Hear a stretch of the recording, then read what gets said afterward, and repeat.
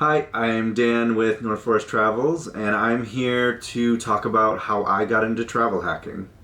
So it was 2016, I had just turned 30, and I set a goal for myself to be able to go to Thailand when I turned 35.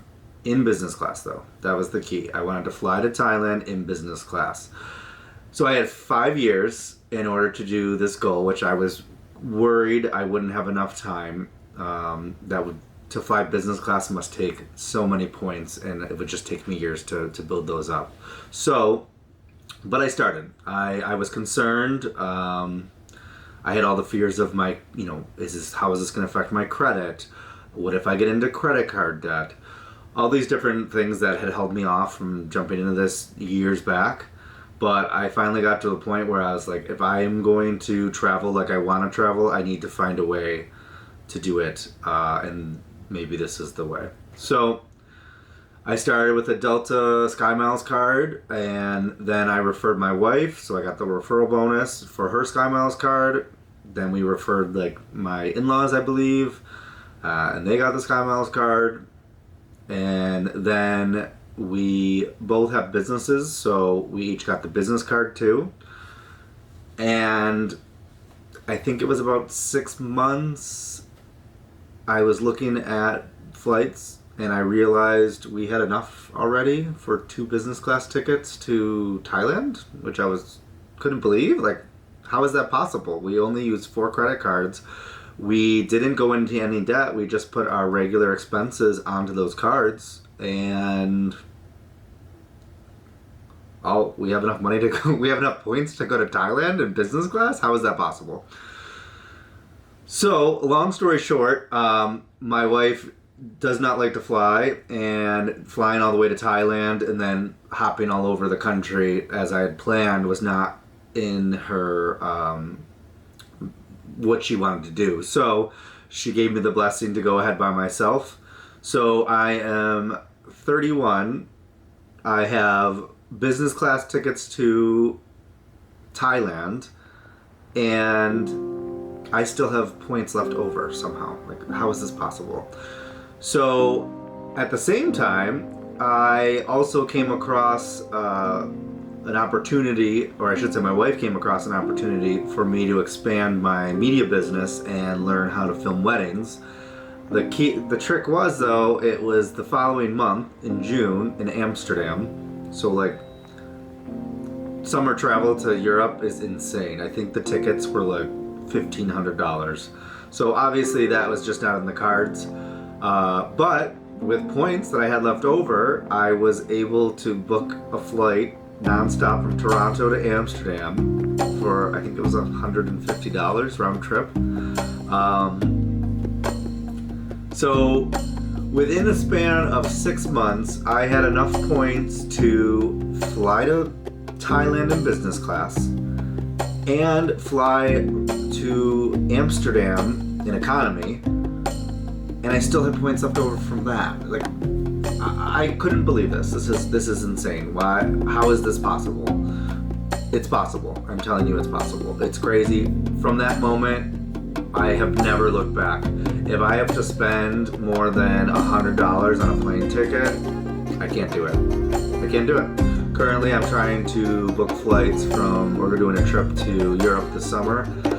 I'm trying to book flights from Paris to Venice because we got a crazy last minute deal to Paris. So now we added that to our trip, but now I have to figure out how to get to Venice. The points right now aren't aligning, so I have to keep looking, but the tickets that we just purchased them are $200. I can't do it. I can't spend that much money on a plane ticket. Call me ridiculous, whatnot. The things we've been able to do with points has totally changed my mindset on travel.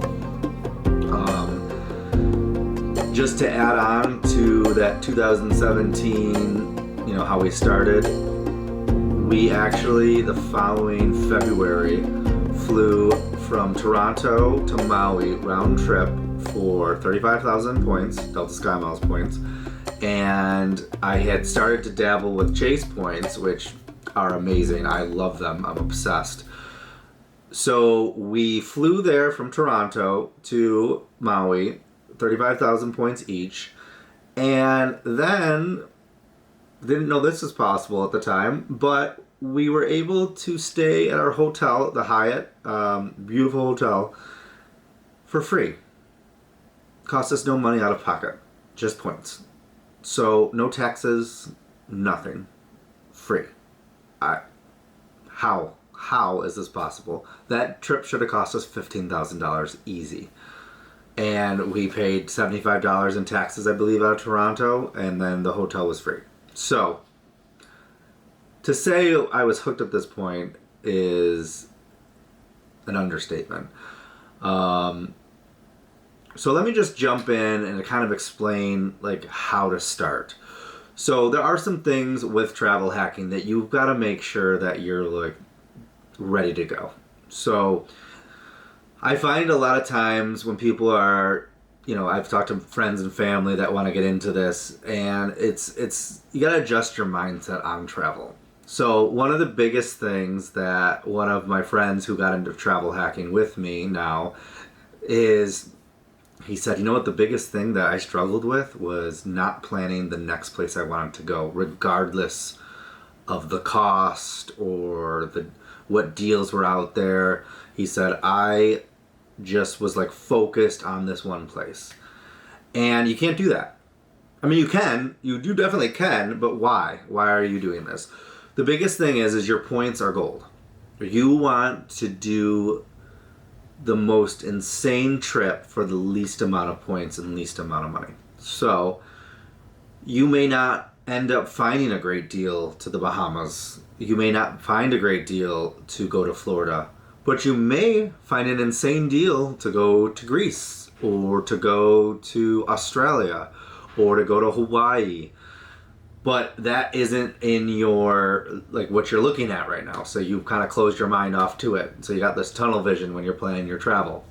So what you want to do is have at least 10 places that you want to travel to on your list. At least. That's minimum 10. Then you kind of take a look at those places. When is the best time to travel? When is the rainy season? So you kind of have an idea, okay, like for Thailand, the rainy season usually ends in November. So if you go in the middle November, you should be fine. So it's kind of the low season, but it's the tail end of the low season going into the high season. That may be a good time to look for points travel. You may find points travel to those places in peak season. There's no necessarily rhyme or reason to it, but you just have to kind of have your eyes in all different places. The next thing, once you've figured out where you want to go, you have to figure out how you're going to get there. Who's going to take you there? So each airline usually has their own frequent flyer program, and they have code-share agreements with other airlines, so you can use their frequent flyer to actually fly on different airlines if they allow it. There's a lot of different things with that. We'll get into that later. But you need to figure out who you're going to build points on in order to get to the places you want to go, because there's a lot of times that it may be way more expensive on one airline, but it's way cheaper on another airline with points. Or the one airline may not fly there, or they may not have a code-share agreement with someone who goes there. So you have no way of making it a destination. So you got to look at who goes where you want to go. With points travel, you want to make sure that you're kind of looking ahead. So I always start looking for trips about a year, but not for flights, probably like 8-9 months before I'm planning on going, just so I can see when the best points are going to be for my trip, so I can book the flight first, and then I go ahead and find the hotel usually. So now that you've figured out how you're going to get there, with what airline or what different frequent flyer program, you need to figure out what credit cards are available to obtain those points that you need. So there's offers all the time on different credit cards. Just because the current offer is 60,000 points after you spend 3,000 in 6 months or 3 months or whatever it is, doesn't mean that is the best deal. That credit card may have had 100,000 points for the same amount of spend, in a few months ago. So that's where you kind of need to look and do some research, which is kind of what we're doing here at North Forest Travels, to help you find the best deal for your daily spending. And that's the other thing too. Like, this is, if you're going to use a credit card, you should not use it for anything beyond your normal spending. Just because you have a credit card doesn't mean you should go out and buy things you wouldn't normally buy. The whole point of this is to use things you're already going to buy to then travel for cheap or free. So make sure that you have that mindset in place too, that this is not, a credit card is not your key to the city to buy whatever you want. It is your ability to buy what you normally would and then leverage those points to travel for practically nothing. So once you find the credit card, you start building your points. So the biggest thing that is important is you have to hit that spend bonus for the welcome bonus. So a lot of times, let's say it's like spend $6,000 in 3 months to get 90,000 points or whatever the deal is. One of the things that a lot of people say to me, well, I would never spend $6,000 in that amount of time. It's funny because I feel the same way. And then I look at what we're spending at the grocery store, what we're spending on gas, what we're spending on just to do things. And we hit that really fast. Really, really fast. So if you think that you can't do that, then you shouldn't sign up for that credit card. But make sure you look at your finances first and look and see what you're spending on your debit card or your credit cards currently. Because you'd be surprised how much you're actually spending.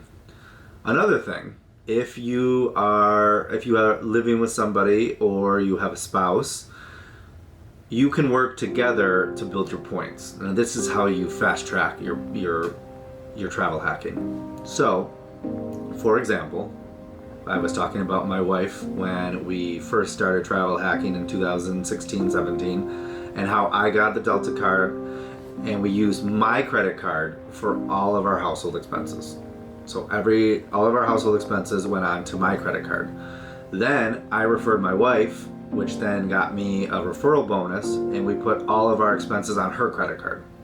So we stopped using my credit card and we used only her credit card. Then we got the next card, and same thing. We attack one card at a time.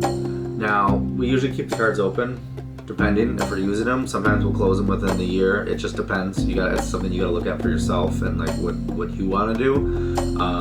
You definitely don't want to like always cancel the card unless it has benefits, unless it doesn't have a benefit for you.